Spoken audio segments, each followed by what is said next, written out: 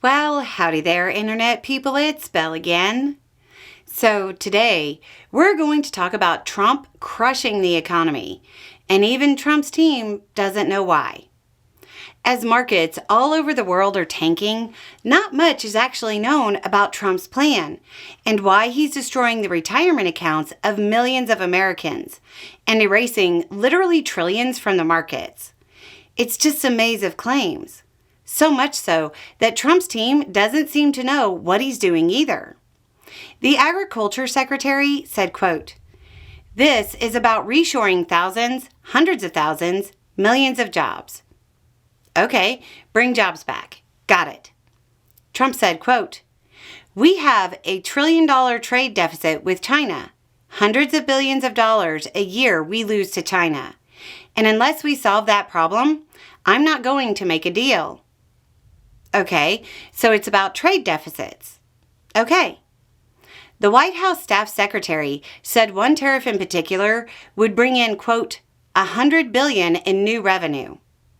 Trump himself said the tariffs would bring in, quote, anywhere from $600 billion to $1 trillion will be taken in over the relatively short-term period, meaning a year from now. Okay, new source of tax revenue. Got it.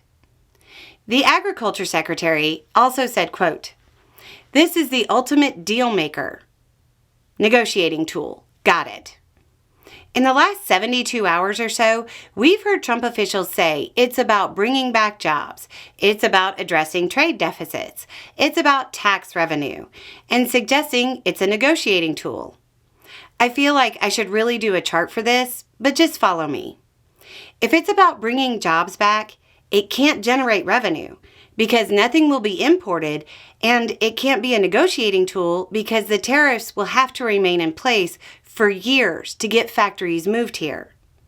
If it's about tax revenue, it can't be about jobs or deficits or negotiation because they need the imports to stay exactly as they are to generate the projected revenue.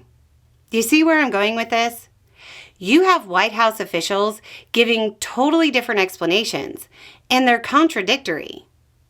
We've also seen Trump share a video saying he was trying to crash the market on purpose for some nebulous reason, and seen White House Economic Council Director come out and say, quote, "It is not a strategy for the markets to crash."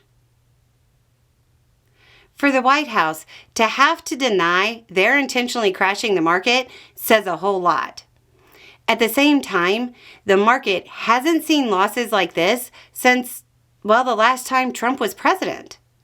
But at least then, he had COVID to blame everything on. This is clearly a choice. He made the decision to start a global trade war and destroy the economic stability of the country. And so far, nobody, not even his own staff, seems to be able to consistently explain why he did it. This is why you have all of the wild claims about Warren Buffett and intentionally crashing the market, and my new favorite, which might get a video of its own at some point, he's triggering deflation to help the working class. So, just to say it one more time, the White House has denied Trump is intentionally crashing the market. Anyway, it's just a thought. Y'all have a good day.